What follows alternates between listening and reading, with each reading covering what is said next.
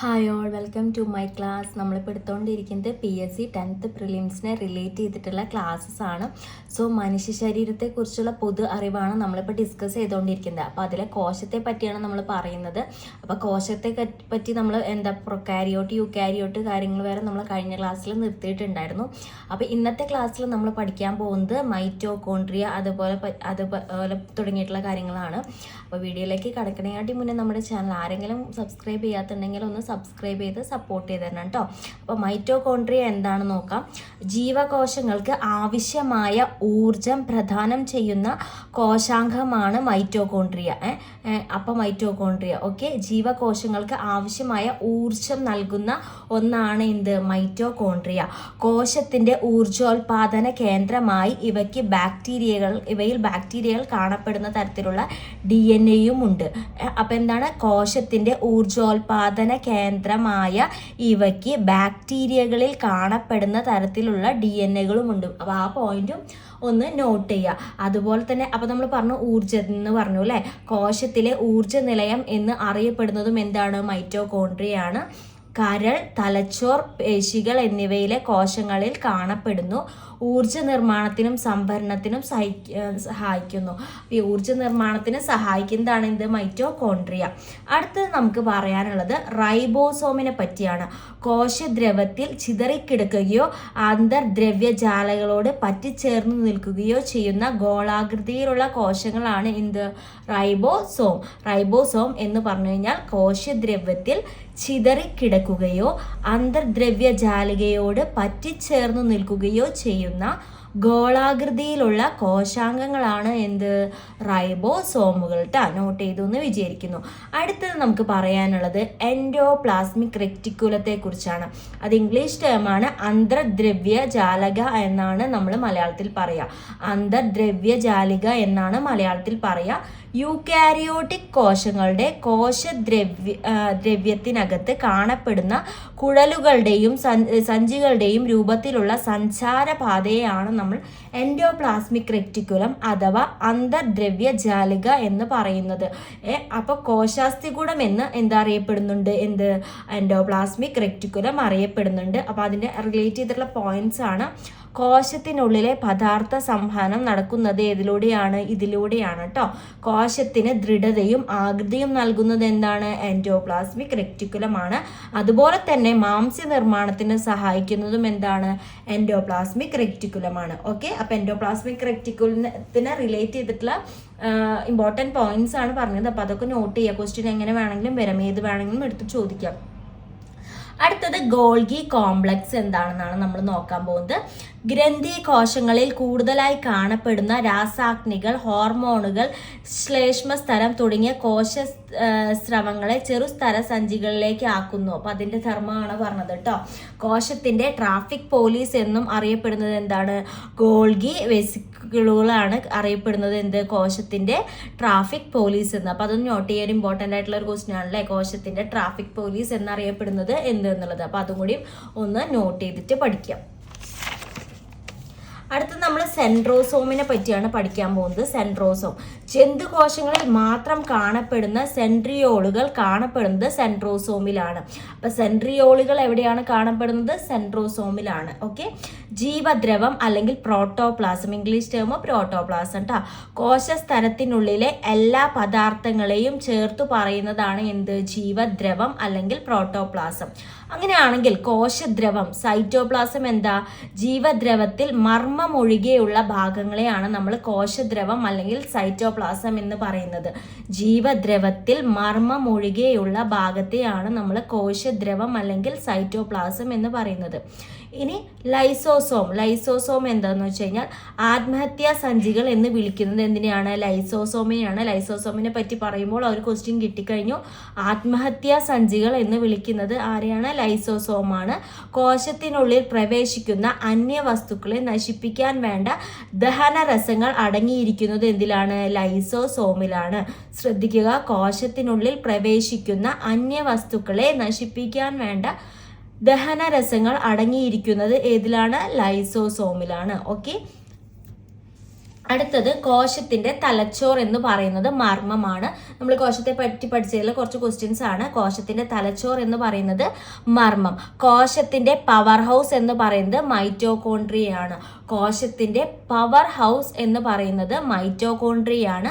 കോശത്തിന്റെ കെമിക്കൽ ഫാക്ടറിയും എന്താണ്? മൈറ്റോകോൺട്രിയയാണ്. കോശത്തിന്റെ കെമിക്കൽ ഫാക്ടറിയും എന്താണ്? മൈറ്റോകോൺട്രിയയാണ്. കോശത്തിന്റെ ഊർജ നിലയം എന്താണ്? മൈറ്റോകോൺട്രിയയാണ്. കോശത്തിന്റെ ഊർജ നിലയം എന്താണ്? മൈറ്റോകോൺട്രിയയാണ്. ഏറ്റവും വലിയ കോശം ഒട്ടകപക്ഷിയുടെ മുട്ട. ഏറ്റവും ചെറിയ കോശം മൈക്കോപ്ലാസ്മ. ഏറ്റവും ചെറിയ കോശം മൈക്കോപ്ലാസ്മ. മനുഷ്യ ശരീരത്തിലെ ഏറ്റവും വലിയ കോശം എന്ന് പറയുന്നത്, ശ്രദ്ധിക്കുക, മനുഷ്യ ശരീരത്തിലെ ഏറ്റവും വലിയ കോശമാണ് ചോദിച്ചിട്ടുള്ളത്. അത് ഉത്തരം അണ്ഡമാണ് കേട്ടോ. മനുഷ്യ ശരീരത്തിലെ ഏറ്റവും വലിയ കോശം അണ്ഡം. മനുഷ്യ ശരീരത്തിലെ ഏറ്റവും ചെറിയ കോശം എന്ന് പറയുന്നത് പുരുഷ ബീജമാണ്. മനുഷ്യ ശരീരത്തിലെ ഏറ്റവും ചെറിയ കോശം എന്ന് പറയുന്നത് പുരുഷ ബീജമാണ്. മനുഷ്യ ശരീരത്തിൽ ഏറ്റവും കൂടുതൽ കാണപ്പെടുന്ന കോശം അരുണരക്താണുക്കൾ. അരുണരക്താണുക്കൾ നമ്മൾ RBC എന്ന് പറയും. അരുണരക്താണുക്കൾ RBC. ഏറ്റവും കൂടുതൽ ആയുസ്സുള്ള രക്തകോശവും എന്തുതന്നെയാണ്? അരുണരക്താക്കൾ അല്ലെങ്കിൽ RBC. 120 ദിവസമാണ് ആയുസ് വരുന്നത് കേട്ടോ. മനുഷ്യ ശരീരത്തിൽ ഏറ്റവും കൂടുതൽ ആയുസ്സുള്ള കോശം, ശ്രദ്ധിക്കുക, ഏറ്റവും കൂടുതൽ ആയുസ്സുള്ള കോശമാണ് ചോദിച്ചിട്ടുള്ളത്, രക്തകോശമല്ല. ഏറ്റവും കൂടുതൽ ആയുസ്സുള്ള കോശം എന്ന് പറയുന്നത് എന്താണ്? നാഡീകോശമാണ്. മനുഷ്യ ശരീരത്തിൽ ഏറ്റവും കൂടുതൽ ആയുസ്സുള്ള കോശം എന്ന് പറയുന്നത് നാഡീകോശം, ന്യൂറോൺ എന്ന് പറയും. ക്ലിയർ ആയെന്ന് വിചാരിക്കുന്നു. രക്തകോശം വേറെ, വെറും കോശം ചോദിക്കുന്നത് വേറെ.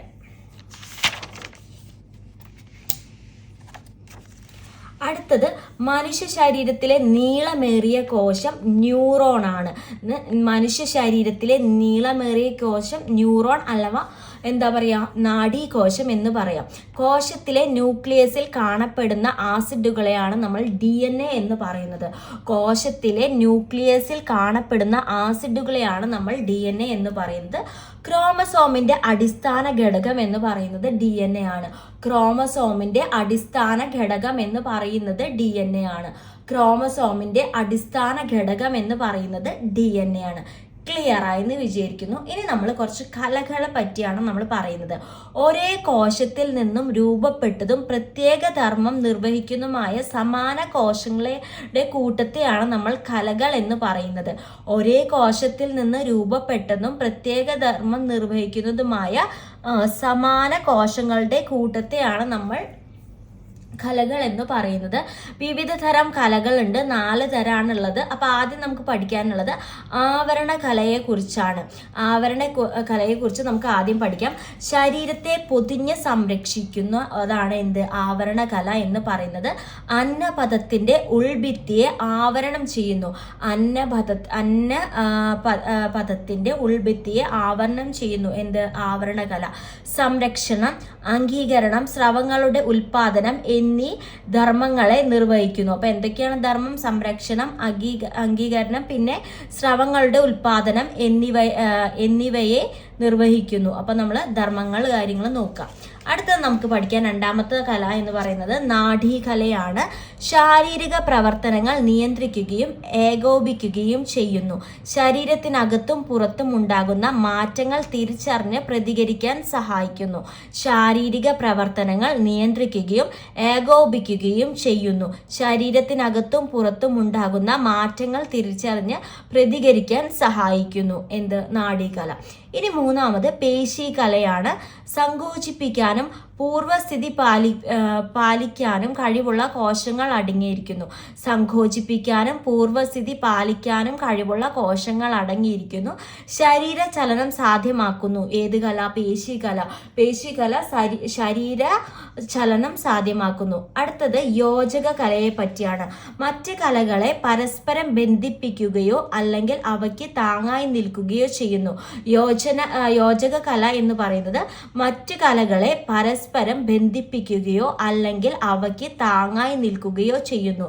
അസ്ഥി, തരുണാസ്ഥി, രക്തം, നാരുകല തുടങ്ങിയവ യോജക കലകൾ ആണ്. എന്തൊക്കെയാണ്? അസ്ഥി, തരുണാസ്ഥി, രക്തം, നാരുക കല തുടങ്ങിയവ യോജക കലകളാണ്. അപ്പൊ യോജക കലകൾ ക്ലിയർ ആയെന്ന് വിചാരിക്കുന്നു. ഓക്കെ, അപ്പോൾ നമുക്ക് 2 ക്വസ്റ്റ്യൻസ് നോക്കാം. ഭ്രൂണകോശങ്ങൾ ക്രമാനുഗതമായ ഘടനയിലും ധർമ്മത്തിലും വൈവിധ്യം വൈകരിക്കുന്ന പ്രക്രിയ അറിയപ്പെടുന്നത് കോശവൈവിധ്യവൽക്കരണം എന്നാണ്. കോശവൈവിധ്യവൽക്കരണം എന്നാണ്.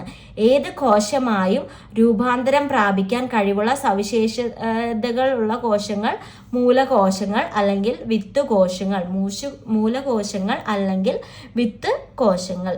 ഓക്കെ, അപ്പം ഇത്രയ്ക്കാണ് ഇന്നത്തെ ക്ലാസ്സിൽ നമ്മൾ കോശത്തെ പറ്റി നമ്മൾ പഠിക്കാൻ ഉദ്ദേശിച്ചത്. അതുപോലെ തന്നെ നമ്മൾ പ്രീവിയസിൽ നമ്മൾ കോശത്തെ പറ്റി നമ്മൾ കോശം കുറച്ച് ഡീറ്റെയിൽ ആയിട്ട് പഠിക്കാനുള്ളതാണ്. അപ്പം അത് പാർട്ടായിട്ട് അപ്ലോഡ് ചെയ്തിട്ടുണ്ട്. അപ്പം അത് കാണാത്ത ആരെങ്കിലും ഉണ്ടെങ്കിൽ അത് പോയി കാണാം. അപ്പം അടുത്ത ക്ലാസ്സിൽ നമ്മൾ അടുത്ത അവയവമായിട്ട് വരുന്നതായിരിക്കും കേട്ടോ. താങ്ക്